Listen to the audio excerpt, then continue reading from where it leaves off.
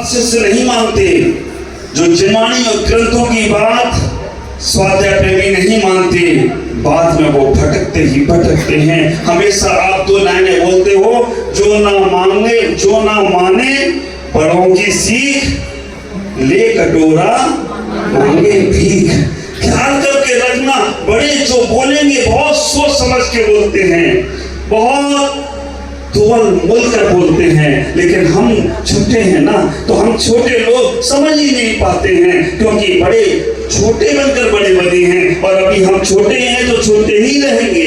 ख्याल करो, सम्राट ने नहीं कहा, 3 बच्चों को एक सोने की गिन्नी दी और कहा, बेटा एक सोने की गिन्नी से तुम्हें अपना ये महल भरना है, पूरा महल, इतना बड़ा बड़ा महल एक सोने की गिन्नी से। कभी कभी बच्चे बोलते हैं बुढ़ापा आ गया है, बुद्धि सटी आ गई है। ख्याल करके रखना, एक सोने की गिन्नी से महल कैसे भरा जाएगा। बड़े बेटे ने कहा चलो भरते हैं। बड़े बेटे ने क्या किया, उसका एक दोस्त था, नगर पालिका में था, उससे सलाह ली। ख्याल करना, सलाह भी किससे लेना ये सोचना, मार्गदर्शक किसे बनाना ये सोचना। अगर कहीं आपने गलत आदमी को अपना मार्गदर्शक बना लिया तो कभी भी आप राइट नहीं हो सकते हो, हमेशा रॉन्ग ही रहोगे। शकुनी जैसे लोग रहेंगे ना, तो दुर्योधन का क्या होगा, ये भांजे पास ऐसे नहीं ऐसे फेंको, तो मालूम पड़ा क्या हुआ। ख्याल करके रखना, हमारा मार्गदर्शक भी अच्छा होना चाहिए, हमारे मार्ग को प्रशस्त करने वाला व्यवस्थित होना चाहिए। इतना ही हुआ, विभीषण जैसे लोग होने परेशानी होती है, लेकिन फिर भी वो धर्म की राह पर आगे चलते हैं। इतना ही हुआ, वो गया एक मित्र के पास, मित्र नगर पालिका में था, उससे कहा सोने की गिन्नी एक है और इससे महल भरना है, कैसे भरा जाए। उसने कहा चिंता मत करो, सोने की गिन्नी भी बच जाएगी और महल भी बच जाएगा। उसने यार ये तो बड़ा मजे वाला काम है, पैसे का पैसा भी बचेगा और गिन्नी और महल भी भर जाएगा। उसने की तरीका, कितने दिन में भरना है, 7 दिन में, ठीक है भर जाएगा। 7 दिन में उन्हें बिना पैसे के महल भर दिया। अब कैसे भरा है, थोड़ा इंतजार आप भी करो, इतनी जल्दी जान लोगे, उसे 7 दिन लगे भरने में। दूसरे मित्र ने कहा कि कैसे किया जाए, तो उसने कहा चलो जुआ खेल लेते।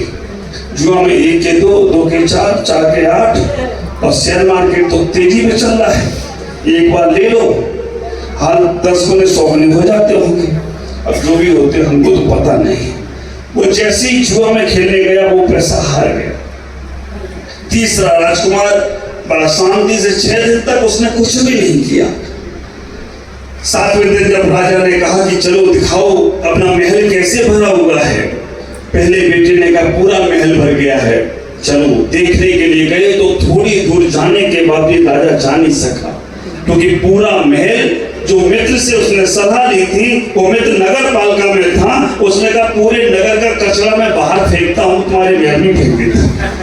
पूरे नगर का कचरा उसने लिया और पूरा महल भर दिया। कचरे से इतनी गंदगी और इतनी बदबू पैदा हो गई, वो राजा भी नहीं जा पाया और वो युवराज भी नहीं जा पाया, वो महल से वापस आ गया।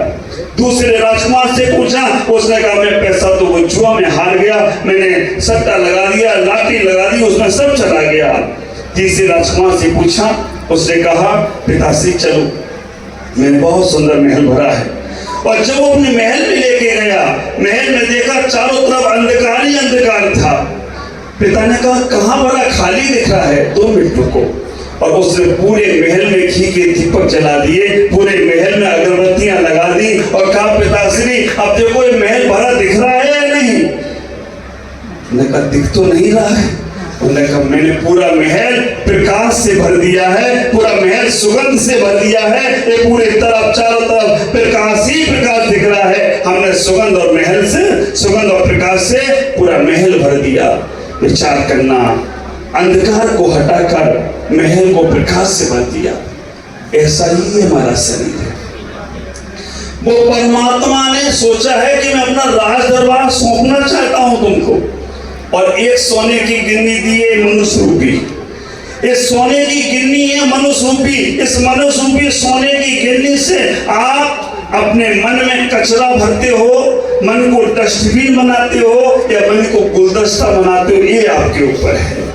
आप ख्याल करके रखना, अगर इधर उधर का कचरा इसमें डालते रहोगे, गंदगियां डालते रहोगे, व्यसनों को प्राप्त करते रहोगे, खराब करते रहोगे अपने शरीर को, चाहे शराब पियो, चाहे सिगरेट, चाहे और नॉनवेज खाओ, इससे शरीर तुम्हारा खराब हो रहा है, कचरे वाला हो रहा है, कभी तुम्हारी आत्मा तुम्हें मिलने वाली नहीं है। पहला आदमी वही है जो मन को खराब करता है। दूसरा आदमी वो है जो हमेशा गलत सोचता है, कुछ नहीं है, खाली डब्बा है। और तीसरा आदमी वो है, तीसरा राजकुमार वो है जो खुद को भी प्रकाशित करता है और जगत को भी प्रकाशित कर देता हो, तो कोई आश्चर्य की बात नहीं है।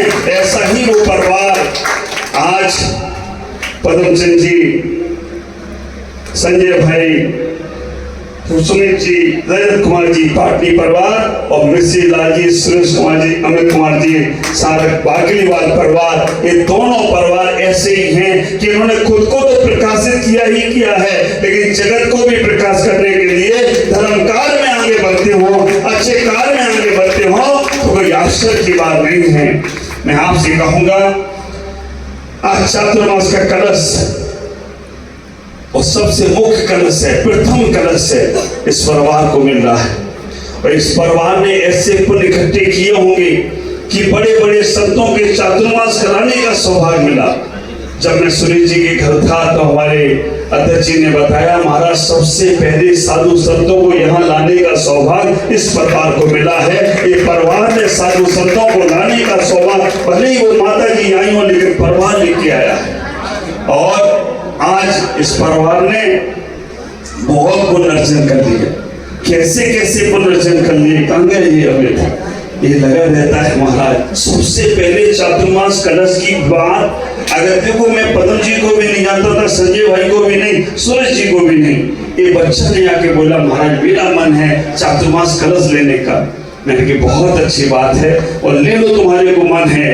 फिर इसने बात ऐसी समाज से कर पंचायत से बात कर ली और कहा कि मेरा पहला कलश होगा, और इस बच्चे की वजह से दोनों परिवार में कलश पहुंचे हो, तो कोई आश्चर्य की बात नहीं है। शांत रहता है, लेकिन बहुत सेवा करता है। मैं इस परिवार को बहुत बहुत मंगल में आशीष देता हूँ और इतना ही कहना चाहूंगा कि जीवन में बहुत आगे बढ़ो।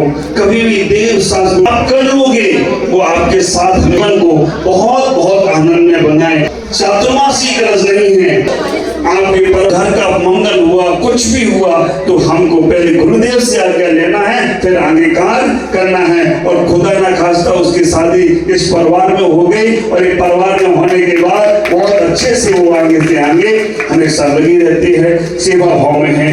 पूरा का पूरा परिवार आनंद में रहे। मैं सभी को मंगल आशीष देता हूँ। आपका जीवन मंगल में हो, आपका जीवन आनंद में हो। ओम नमः जय गुरुदेव।